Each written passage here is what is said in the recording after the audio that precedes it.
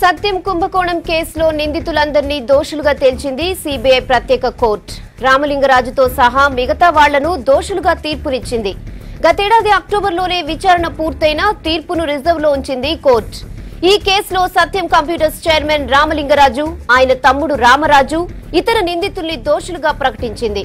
216 మంది సాక్షులను విచారించి 3038 డాక్యుమెంట్స్ ను పరిశీలించి తుది తీర్పునిచ్చింది ప్రత్యేక కోర్టు.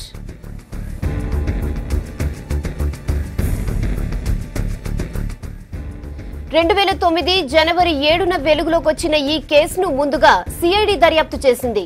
ఆ తర్వాత సిబిఐకి కేసు ట్రాన్స్ఫర్ అయింది. కేసులో ప్రధాన నిందితులు రామలింగరాజు 32 నెలలు జైలు జీవితం గడిపారు. తర్వాత తీవ్ర అనారోగ్యానికి గురై బెయిల్ పిటిషన్ తో బయటకొచ్చారు. 5.5 ఏళ్ల పాటు సత్యం కేసు దర్యాప్తు చేసిన సిబిఐ దేశంలోనే ఇది పెద్ద కుంభకోణమని పేర్కొంది. 1987లో కేవలం 20 మంది సిబ్బందితో ప్రారంభమైన సత్యం కంపెనీ ఇండియాతో పాటు పలు దేశాలకి విస్తరించింది. కానీ ఆర్థిక లావాదేవీలను తప్పుగా చూపించడంతో పాటు వాటాదారులను, ప్రజల్ని మోసగించిందన్న అభియోగాలను ఎదుర్కొంది. ఇక విచారణ జరిపిన సిబిఐ పలు దఫాల్లో వందల కోట్ల రూపాయలు సత్యం ఆస్తుల్ని ఈడీ అటాచ్మెంట్ చేసింది.